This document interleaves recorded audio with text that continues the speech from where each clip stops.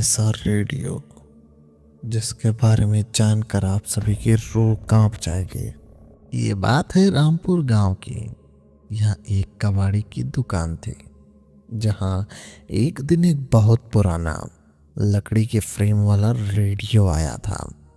उस रेडियो पर अजीब सी नक्काशी थी और उसके बटन पीतल के थे।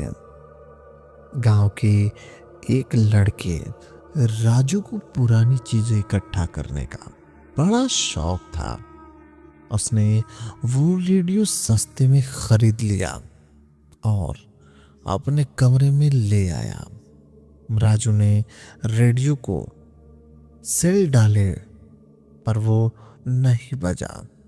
उसने सोचा खराब होगा और उसे मेज पर रखकर सो गया। रात के करीब 2 बजे अचानक कमरे में से एक पुरानी धीमी गाना बजने लगा। राजू की नींद खुल गई। उसने देखा कि रेडियो चालू है जब उसके सेल भी नहीं थे और बिजली का प्लग भी नहीं लगा था।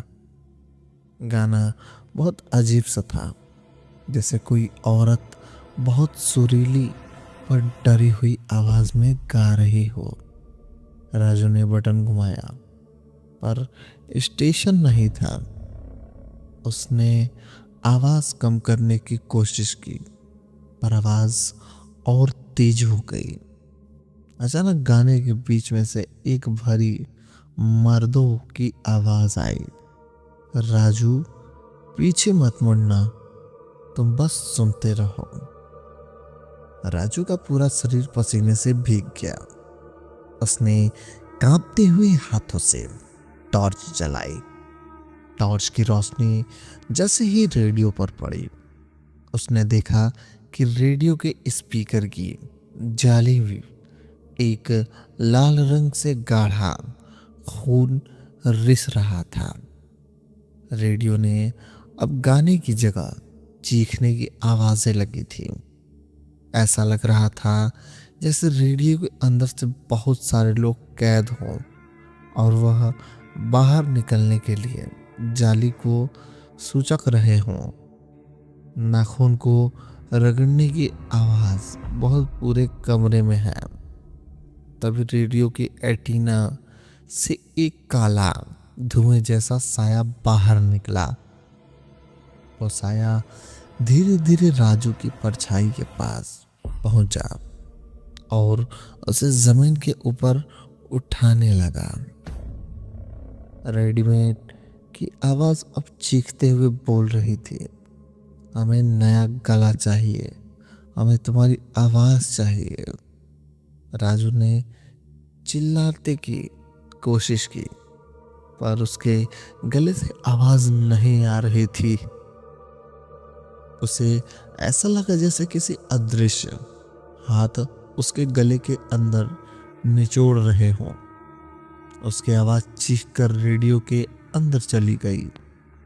अगली सुबह राजू के घर वाले कमरे में आए तो देखा कि राजू अपनी कुर्सी पर नहीं बैठा, पर वो एकदम पत्थर जैसा हो गया था। उसकी आंखें खुली थी पर वो कुछ बोल नहीं रहा था। और उस पुराने रेडियो में से एक नई आवाज आ रही थी। वो रेडियो राजू की थी। रेडियो में से राजू की आवाज रोते हुए कह रही थी, बचाओ, मुझे बाहर निकालो, बहुत अंधेरा है। गांव वाले कहते ही रेडियो रामपुर के उस घर के बंद कमरे में रखा है। जो भी उस कमरे के दरवाजे पर कान लगाता है उसे राजू की आवाज सुनाई देती है, जो हर बात यही कहती है, अगला स्टेशन तुम्हारा गांव है।